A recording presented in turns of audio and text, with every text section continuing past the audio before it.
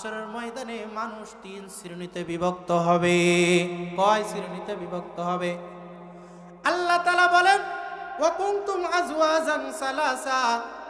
হাশরের ময়দানে পৃথিবীর সমস্ত মানুষ আদম আলাইহিস সালাম থেকে নিয়ে কিয়ামত পর্যন্ত যত মানুষ আল্লাহ পাঠাইছেন সমস্ত মানুষ তিন শ্রেণীতে বিভক্ত হবে। কয় শ্রেণীতে? তিন শ্রেণীতে বিভক্ত হবে। মুফাসসিরিনে কেরাম বলেন, এক শ্রেণী হবে আরশের আজিমের ডান পাশে। কোন পাশে? আরশে আজিমের ডান পাশে এক শ্রেণী হবে। মুফাসসিরিনে কেরাম বলেন, কারা আরশে আজিমের ডান পাশে স্থান পাবে?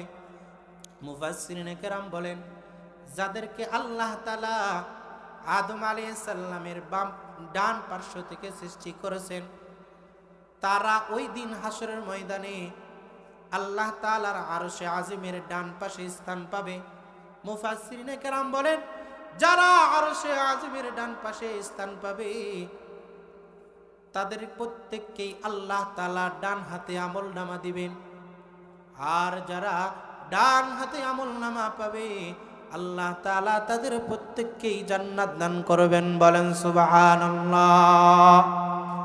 এদের সম্পর্কে আল্লাহ তাআলা বলেন, ফা আসহাবুল মাইমানাতি মা আসহাবুল মাইমানা। কতই না উত্তম যারা ওই দিন হাশরের ময়দানে আরশে আজিমের ডান পাশে স্থান পাবে। এরপরে আসেন দ্বিতীয় যে শ্রেণী, এক শ্রেণী পাবে আরশে আজিমের বাম পাশে স্থান। মুফাসসিরিনে কেরাম বলেন, আরশে আজিমের বাম পাশে স্থান তারাই পাবে যাদেরকে আল্লাহ তাআলা আদম আলাইহিস সালামের বাম পার্শ্ব থেকে সৃষ্টি করেছেন। তারা ওই দিন আরশে আজিমের বাম পাশে স্থান পাবে। আর যারা আরশে আজিমের বাম পাশে জায়গা পাবে তাদের প্রত্যেককেই আল্লাহ তাআলা বাম হাতে আমলনামা দিবেন। মুফাসসিরিনে কেরাম বলেন, যাদের বাম হাতে আমলনামা দিবে তারা সকলেই হবে জাহান্নামী। বলেন নাউযুবিল্লাহ। এইবার আসেন আল্লাহ তাআলা বলেন, হাশরের ময়দানে মানুষের তিন কাতারে বিভক্ত হবে, তিন শ্রেণীতে বিভক্ত হবে। এক শ্রেণী থাকবে আরশে আজিমের ডান পাশে। আল্লাহ তাআলা এদের সম্পর্কে বলেন যে তারা কতই না সৌভাগ্যবান যারা আরশে আজিমের ডান পাশে স্থান পাবে। দ্বিতীয় শ্রেণী থাকবে আরশে আজিমের বাম পাশে। আল্লাহ বলেন, ওয়া আসহাবুল মাশআমাতি মা আসহাবুল মাশআমা। কতই না হতভাগ্য, কতই না দরিদ্র, কতই বা হীনমন্যতা যারা আরশে আজিমের বাম পাশে স্থান পাবে। এবার আসেন তাহলে তিন শ্রেণীর ভিতর থেকে এক শ্রেণী আরশে আজিমের ডান পাশে স্থান পাবে। যারা আরশে আজিমের ডান পাশে স্থান পাবে তারা সকলেই হবে জান্নাতি। কি হবে? সকলেই হবে জান্নাতি। দুই নাম্বার আরশে আজিমের বাম পাশে যারা স্থান পাবে তারা সকলেই হবে জাহান্নামী। এরপরে আসেন তৃতীয় নাম্বার আরেকটা দল থাকবে। এরা হবে সবচাইতে অগ্রগামী, ডান বামের চাইতে তারা হবে সবচাইতে বেশি অগ্রগামী। অর্থাৎ দুই পাশে দুই দল, এক দল থাকবে একটু আগে বাড়িয়ে। আল্লাহ তাআলা বলেন, ওয়াসাবিকুন আসাবিকুন। কতই না উত্তম যারা অগ্রবর্তী হবে তারাই তো সবার চাইতে উত্তম। ও বন্ধুগণ আমার, অগ্রবর্তী যেই দল যারা হবে তারা হবে ডান পাশের দলের চাইতে উত্তম। বলেন সুবহানাল্লাহ। অর্থাৎ আরশে আজিমের ডান পাশের যেই লোকগুলা আল্লাহ তাআলা জান্নাত দান করবেন এদের চাইতেও শ্রেষ্ঠত্ব, মর্যাদা, ফজিলত হবে যারা সবচাইতে বেশি অগ্রগামী হবে। এবার আসেন আল্লাহ তাআলা বলেন, যারা অগ্রগামী হবে এদের সম্পর্কে আল্লাহ তাআলা বলেন, উলাইকাল মুকাররাবুন। তারাই হবে কেবলমাত্র আল্লাহর নৈকট্যশীল বান্দা। তারা কি হবে? আল্লাহ তাআলার নৈকট্যশীল বান্দা হবে। আল্লাহ আরো বলেন, ফি জান্নাতিন নাঈম। তারা আল্লাহ তাআলার দেওয়া নিয়ামত জান্নাতের ভিতরে অবস্থান করবে। বলেন সুবহানাল্লাহ। মুসলমান ভাইরা আমার, তাহলে আরশে আযমের ডান পাশে যারা স্থান পাবে তারা হবে জান্নাতি, বাম পাশে যারা স্থান পাবে তারা হবে জাহান্নামী। সামনে যারা স্থান পাবে, যেই দলটা অগ্রবর্তী হবে তারা হবে সবচাইতে সম্মানিত। ডান পাশের চাইতে অগ্রবর্তী দল হবে সম্মানিত। এবার আসেন, অগ্রবর্তী দল যারা সবার আগে থাকবে এরা কারা থাকবে? কারদের ভিতর থেকে হবে অগ্রবর্তী দল?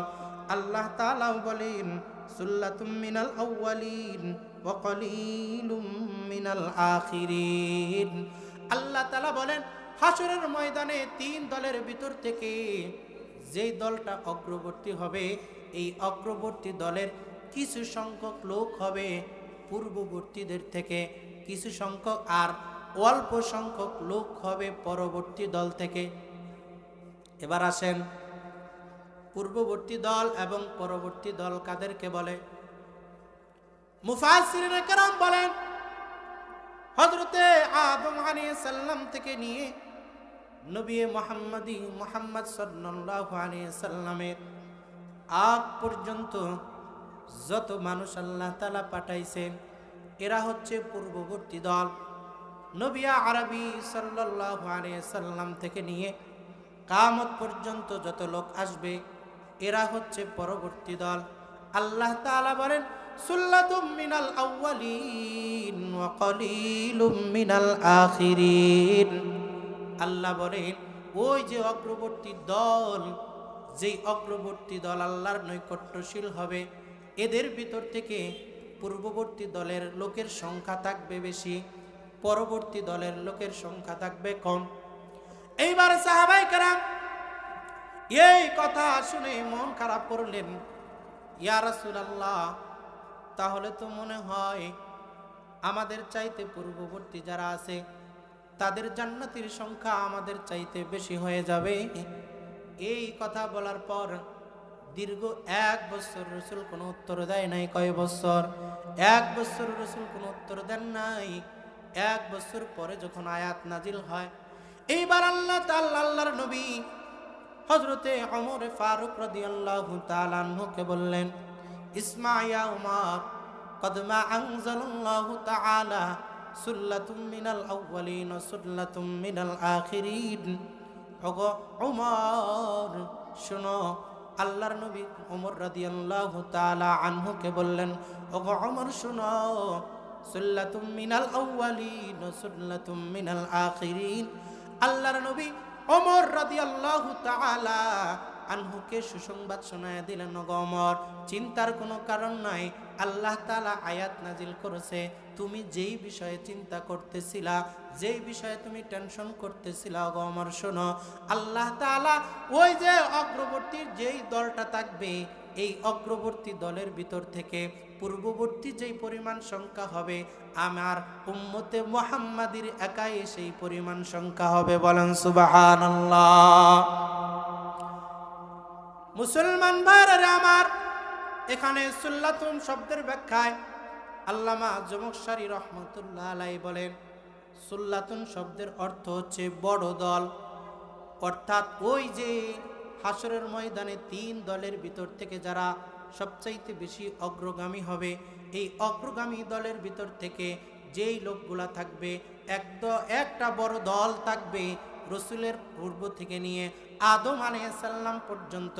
এদের যেই পরিমাণ সংখ্যা থাকবে, আমার নবী মুহাম্মদুর রাসূলুল্লাহ সাল্লাল্লাহু আলাইহি সাল্লামের উম্মতের সংখ্যাও সেই পরিমাণ থাকবে। বলেন সুবহানাল্লাহ। এবার রাসূল আরবি সাল্লাল্লাহু আলাইহি সাল্লাম হযরতে ওমর রাদিয়াল্লাহু তাআলা আনহুকে আরো সুসংবাদ শোনায়া দিলেন। ওমর রাদিয়াল্লাহু তাআলা আনহুকে রাসূল বললেন, ওয়াল্লাযী নাফসি বিয়াদিহি ইন্নী লা আরজু আন তাকুনু নিসফু আহলিল জান্নাহ। বলেন সুবহানাল্লাহ। আল্লাহর হাবিব বলেন, ও ওমর শুনো, ওয়াল্লাযী নাফসি, ওই সত্তার কসম যার হাতে আমি মুহাম্মদের প্রাণ, ইন্নী লা আরজু, আমি অবশ্যই আশা করি, আন তাকুনু নিসফু আহলিল জান্নাহ, আমার উম্মতের ভিতর থেকে তোমরা হইবা জান্নাতের অর্ধেকের সমপরিমাণ। বলেন সুবহানাল্লাহ। এবার লক্ষ্য করে দেখেন,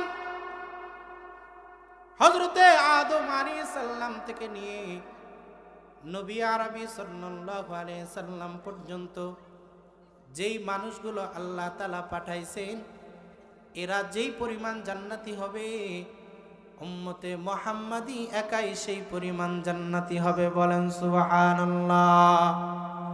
একটু লক্ষ্য করে দেখেন, রাসূলের আগ পর্যন্ত যারা এসেছে এদের ভিতরে লক্ষ লক্ষ নবী তো এসেছে, কারণ আল্লাহর হাবিব সাল্লাল্লাহু আলাইহি সাল্লামের পূর্ববর্তী যেই নবীরা এসেছে তাদের সংখ্যা 1 লক্ষ মতান্তরে 2,24,000 রাসূল সহ। তো পূর্ববর্তী যেই দলগুলা থাকবে এদের ভিতরে তো নবীরাও আছে, আল্লাহর রাসূলও আছে, কিন্তু পরবর্তী দল শুধুমাত্র নবী মুহাম্মদুর রাসূলুল্লাহ আর তার উম্মতে মুহাম্মাদিরা ওই পূর্ববর্তীদের সমান সমান হবে। বলেন সুবহানাল্লাহ। রাসূল আরবি সাল্লাল্লাহু আলাইহি সাল্লাম এই উম্মতে মুহাম্মাদিকে আরো সুসংবাদ জানিয়ে দেন। রাসূল আরবি সাল্লাল্লাহু আলাইহি সাল্লাম বলেন, ও আমার উম্মতেরা, তোমরা শোনো, আল্লাহ তাআলা যেই জান্নাত দান করবে, জান্নাতীদের কাতার হবে 120টা। কয়টা কাতার? 120টা কাতার হবে জান্নাতীদের। আল্লাহর রাসূল বলেন 120 কাতারের ভিতর থেকে এই উম্মতে মুহাম্মাদির কাতার হবে 80টা। বলেন সুবহানাল্লাহ। তাহলে 120 কাতারের ভিতর থেকে উম্মতে মুহাম্মাদির সংখ্যা হবে 80 কাতার। বাকি 40 কাতারের লোক হবে অন্য অন্য নবীর উম্মতেরা, নবীরা সহ তাদের উম্মতেরা। এখানেও বোঝা যায় তাদের চাইতেই উম্মতে মুহাম্মাদির সংখ্যা বেশি হয়ে যাবে। মুসলমান ভাইরা আমার, এই যে জান্নাতীদের সংখ্যা এত বেশি কেন হবে? রাসূল আরবি সাল্লাল্লাহু আলাইহি সাল্লামের মর্যাদার কারণে। কিসের কারণে? রাসূল আরবি সাল্লাল্লাহু আলাইহি সাল্লামের মর্যাদার কারণে উম্মতে মুহাম্মাদির জান্নাতের সংখ্যা বেশি হবে। বলেন সুবহানাল্লাহ। মুসলমান ভাইরা আমার, উম্মতে মুহাম্মাদির কি পরিমাণ মর্যাদা, নবী আরবি সাল্লাল্লাহু আলাইহি সাল্লামের কি পরিমাণ মর্যাদা। কবি বলেন, শুধু ওজুদাস রাহমাতাল লিল আলামিন, মসজিদে ওসুদ হামার রুয়ে জমিন। আল্লামা শেখ সাদী রাহমাতুল্লাহ আলাইহি বলেন, শুধু ওজুদাস রাহমাতাল লিল আলামিন, মসজিদে ওসুদ হামার রুয়ে জমিন। মুসলমান ভাইরা আমার, আল্লাহ তাআলা আদম আলাইহিস সালাম থেকে নিয়ে নবী আরবি সাল্লাল্লাহু আলাইহি সাল্লাম পর্যন্ত যত নবী রাসূল আল্লাহ পাঠাইছেন, প্রত্যেকটা নবী রাসূলদের জন্য নির্দিষ্ট একটা ইবাদতের স্থান ছিল। তারা ওই নির্দিষ্ট ইবাদতের স্থান ব্যতীত ইবাদত করলে তাদের ইবাদত কবুল হইতো না। তাদের যেই নামাজের স্থান ছিল মসজিদ, মসজিদ ব্যতীত অন্য কোথাও নামাজ পড়লে নামাজ কবুল হইতো না, মাঠে নামাজ পড়লে নামাজ কবুল হইতো না। কিন্তু আমার নবী মুহাম্মদ সাল্লাল্লাহু আলাইহি সাল্লামের এত মর্যাদা আল্লাহ তাআলা দান করেছেন, যার কারণে কবি বলেন, শুধু ওজুদাস রাহমাতাল লিল আলামিন, মসজিদে ওসুদ হামার রুয়ে জমিন। আমার নবী মুহাম্মদুর রাসূলুল্লাহ সাল্লাল্লাহু আলাইহি সাল্লামের মর্যাদার কারণে আল্লাহ তাআলা এই উম্মতে মুহাম্মাদির জন্য পুরা পৃথিবীটারে মসজিদ বানায় দিয়েছে। বলেন সুবহানাল্লাহ। যার কারণে দেখা যায় এই উম্মতে মুহাম্মাদি রাস্তায় নামাজ পড়লেও নামাজ কবুল হয়, বাড়িতে নামাজ পড়লেও নামাজ কবুল হয়, মাহফিলের প্যান্ডেলেও নামাজ পড়লে নামাজ কবুল হয়, গাড়িতে বসে নামাজ পড়লে নামাজ কবুল হয়, প্লেনে উড়ে নামাজ পড়লে নামাজ কবুল হয়, যেখানে নামাজ পড়বে সেখানেই কবুল হয়। এটা শুধু আমার নবী মুহাম্মদুর রাসূলুল্লাহর ফজিলতের কারণে। মুসলমান ভাইরা আমার, আল্লাহর রাসূলের কি পরিমাণ ফজিলত। বুখারীর শরীফের ভিতরে হাদিস বর্ণনা করেন, হাদিসটা বুখারীর ভিতরেও আছে, মুসলিম শরীফের ভিতরেও আছে। আল্লাহর রাসূল বলেন, ওই যে হাসরের ময়দানে যখন মানুষ আবার পুনরুত্থিত হবে, যখন হিসাব নিকাশের জন্য মানুষকে আবার পুনরুত্থান করা হবে, তখন মানুষ এক জায়গায় উপস্থিত হবে। তাদের মাথার অর্ধ হাত উপরে সূর্য উদিত হবে। কয় হাত? অর্ধ হাত উপরে, মাথার উপরে সূর্য উদিত হবে। এই সূর্যের তাপে তাদের মাথার মগজগুলো টকবক করতে থাকবে, বাতের মারের মতো গলতে থাকবে। লক্ষ্য করে দেখবেন বর্তমান কত উঁচু থেকে সূর্যের তাপ আসে, কত আবরণ ভেদ করে জমিনে তাপ দেয়। এই তাপের কারণেই আমরা সূর্যের তাপ সহ্য করতে পারি না, কি পরিমাণ কষ্ট হয়, যেটা এবার গরমে বোঝা গেছে। কিন্তু লক্ষ্য করে দেখেন হাসরের ময়দানে বান্দার অর্ধ হাত মাথার উপর যখন সূর্য উঠবে, তখন তাদের কোন অবস্থা হবে। আল্লাহ রাসূল সাল্লাল্লাহু আলাইহি সাল্লাম বলেন, যখন হাসরের ময়দানে মানুষগুলোকে একত্রিত করা হবে, তখন হিসাবের কার্য দেরি হলে তারা অস্থির হয়ে যাবে।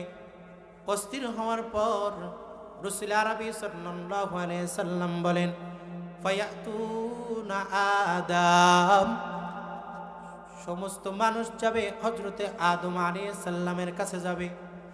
আল্লাহর রাসূল বলেন, ফায়াকুলুনা ইশফা ইলা রাব্বিক, আদম আলাইহিস সালামকে যায় বলবে, ও আদম, আপনি তো প্রথম নবী, আল্লাহ তো আপনারে প্রথম দুনিয়াতে পাঠাইছেন নবী হিসাবে, আপনি একটু আল্লাহ তাআলার কাছে সুপারিশ করেন। কার কাছে সুপারিশ করেন? আল্লাহ তাআলার কাছে সুপারিশ করেন।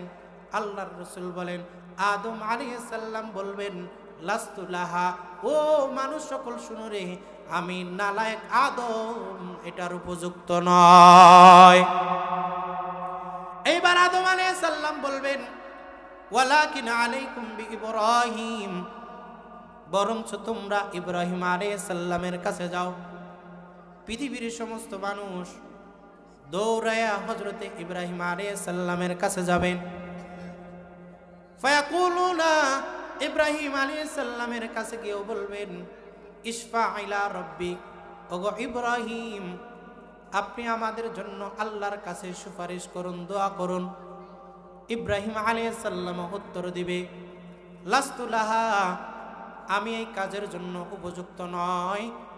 ওয়ালাকিন আলাইকুম বিমূসা ফাইন্নাহু কালিমুল্লাহ। হযরত ইব্রাহিম আলাইহিস সালাম সমস্ত মানুষকে বলবে, আমি সুপারিশ করতে পারবো না, আমার এই সাহস হয় না, আল্লাহর কাছে আমি সুপারিশ করবো এটা আমার সাহসে ধরে না, বরং তোমরা মুসা আলাইহিস সালামের কাছে যাও। ফাইন্নাহু কালিমুল্লাহ, কেননা সে তো হচ্ছে কালিমুল্লাহ, আল্লাহ তাআলার সাথে কথা বলতো। তোমরা সকলেই মুসা আলাইহিস সালামের কাছে যাও।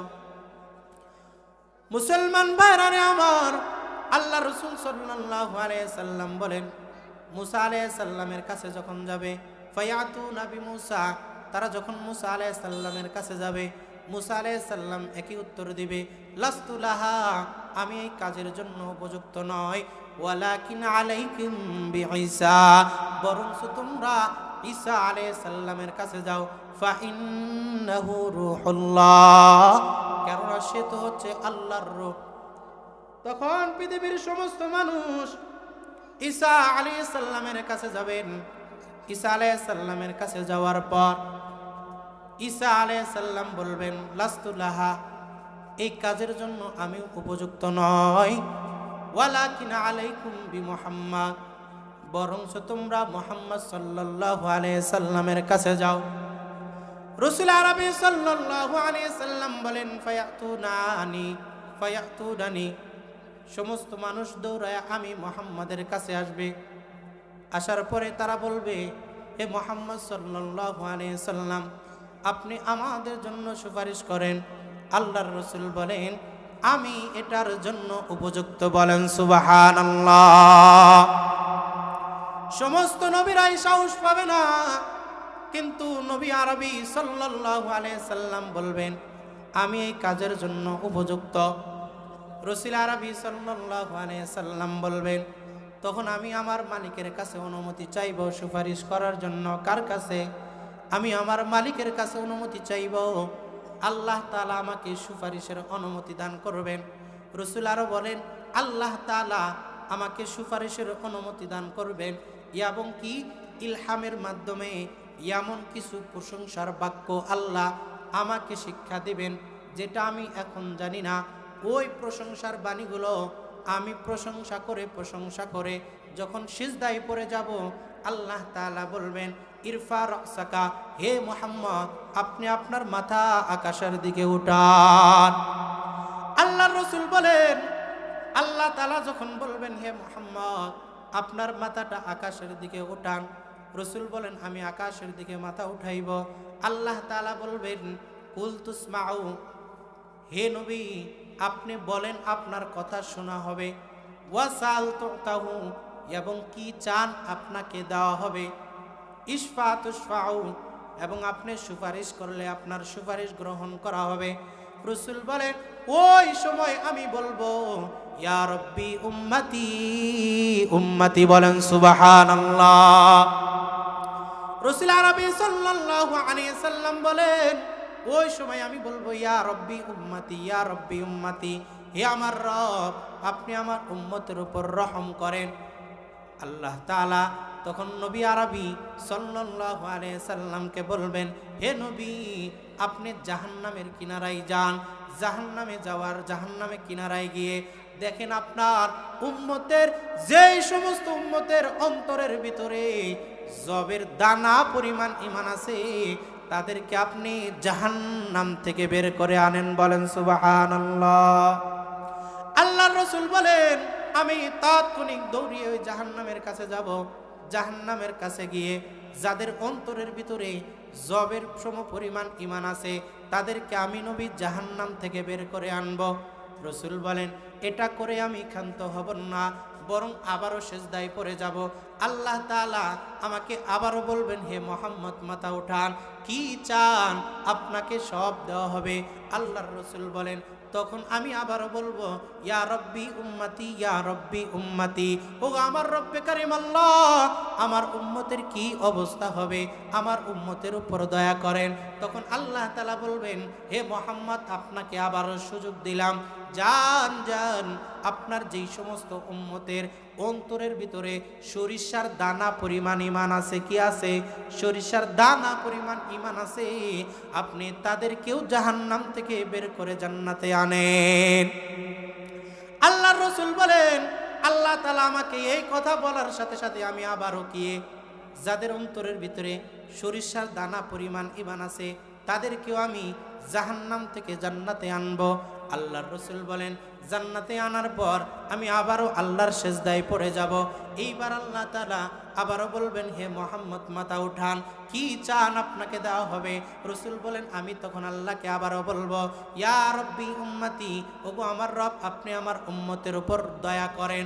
এইবার আল্লাহ তাআলা বলবেন, হে মুহাম্মদ যান, আপনাকে আবারও সুযোগ দিলাম, আপনার যেই সমস্ত উম্মতের অন্তরের ভিতরে জাররা পরিমাণ, বিন্দু পরিমাণ, অণু পরিমাণ ঈমান আছে, আপনি তাদেরকেও জাহান্নাম থেকে জান্নাতে বের করে আনেন।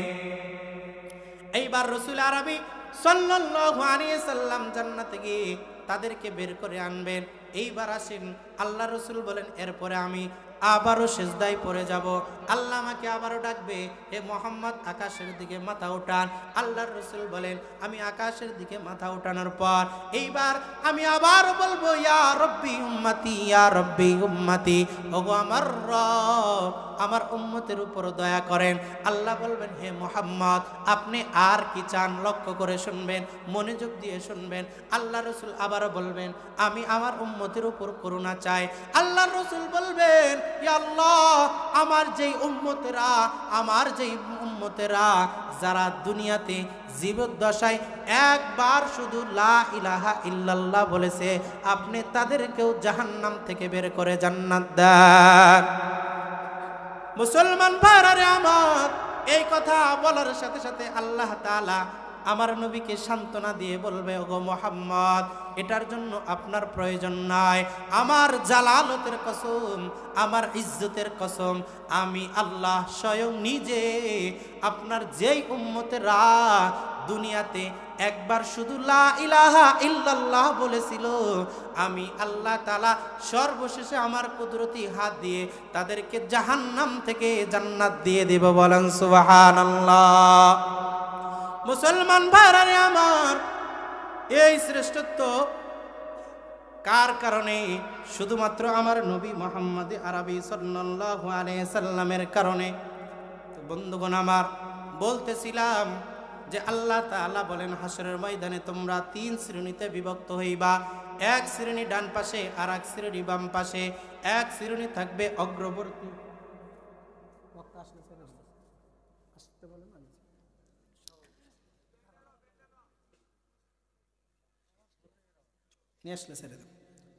তো আল্লাহ তাআলা বলেন তোমরা 3 শ্রেণীতে বিভক্ত হইবা। যারা ডান শ্রেণীতে থাকবে তারা না কতই না সৌভাগ্যবান। আল্লাহ তাআলা বলেন যারা ডান শ্রেণীতে থাকবে, অর্থাৎ যাদেরকে আল্লাহ তাআলা জান্নাত দান করবেন, তাদের কিছু নিয়ামতের কথা এই সূরা ওয়াকিয়ার ভিতরে আল্লাহ তাআলা বলেছেন। আলা সুরুরিম মাউদুনা। আল্লাহ তাআলা বলেন জান্নাতীরা সেদিন সেই জান্নাতে স্বর্ণ খচিত সিংহাসনের উপর আসন হবে। এইবার আল্লাহ তাআলা আরো বলেন মুত্তাকিনা আলাইহা মুতাকাবিলিন। যারা ডান পাশে স্থান পাবে জান্নাতের ভিতরে, তারা পরস্পর মুখোমুখি হয়ে বসবে। এই যে আপনারা বসেছেন, আপনাদের পিছনে যারা বসেছে তারা আপনাদের পিছনে সাইডে পড়ে গেছে, কিন্তু জান্নাতে এরকম কোনো পিছনের দিক থাকবে না। আল্লাহ বলেন মুত্তাকিনা আলাইহা মুতাকাবিলিন। জান্নাতে সকল জান্নাতীরা পরস্পর মুখোমুখি হয়ে বসবে। বলেন সুবহানাল্লাহ। আল্লাহ তাআলা আরো বলেন ইয়াতুফু আলাইহিম বিলদানুম মুখাল্লাদুন। যাদেরকে আমি আল্লাহ তাআলা জান্নাত দান করব, তাদের কি ফজিলত? আল্লাহ তাআলা বলেন ইয়াতুফু আলাইহিম বিলদানুম মুখাল্লাদুন। জান্নাতীদের চতুর্পাশ দিয়ে চির কিশোররা ঘোরাফেরা করবে। কারা ঘোরাফেরা করবে? চির কিশোররা, যাদেরকে আল্লাহ তাআলা কিশোর করে সৃষ্টি করেছেন, এরা হবে খাদেম। এই খাদেমরা জান্নাতীদের সেবা করার জন্য আল্লাহ বলেন প্রত্যেকটা জান্নাতীর চতুর্পাশ দিয়ে চির কিশোররা ঘোরাফেরা করবে। মুফাসসিরিনে কেরাম বলেন এখানে আল্লাহ তাআলা চির কিশোরের কথা কেন বললেন? কারণ দুনিয়াতে আমার আপনার বাড়িতে যদি কোনো শ্রমিক থাকে, কোনো চাকর বাকর যদি থাকে, কোনো খাদেম থাকে, অনেক সময় দেখা যায় চাকরের বয়স যদি মনিবের চাইতে বেশি হয়, তখন ওই মনিবের জন্য ওই চাকরকে সব কাজের আদেশ করতে কেমন যেন ইতস্তবোধ হয়। কি বলেন ঠিক কিনা? কেমন যেন মনের ভিতরে বাধা লাগে যে আমি তো একজন যুবক মানুষ, আমার বাবার বয়সের মতো একজন মানুষকে কিভাবে কাজের নির্দেশ দেই। অনেক সময় নিজের চাকর হওয়া সত্ত্বেও যাদের ভিতরে মানবিকতা আছে, যাদের ভিতরে বিবেক বুদ্ধি ন্যূনতম পরিমাণ আছে, তাদের এই বিবেকে বাধা দেয়।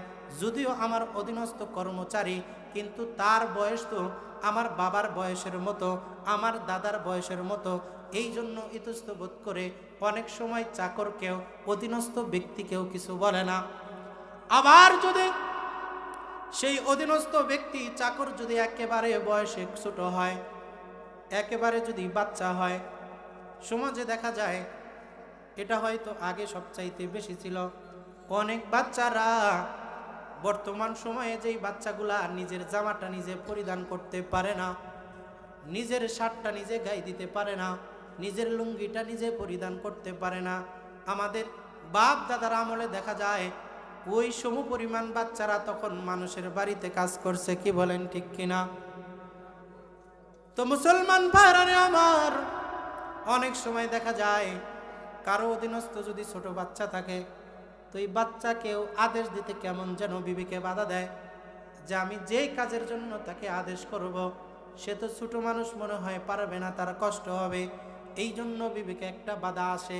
এই জন্য মুফাসসিরিনে কেরাম বলেন আল্লাহ তাআলা জান্নাতীদেরকে যেই খাদেমগুলা দিবে তাদের খেদমতের জন্য এরা হবে চির কিশোরী।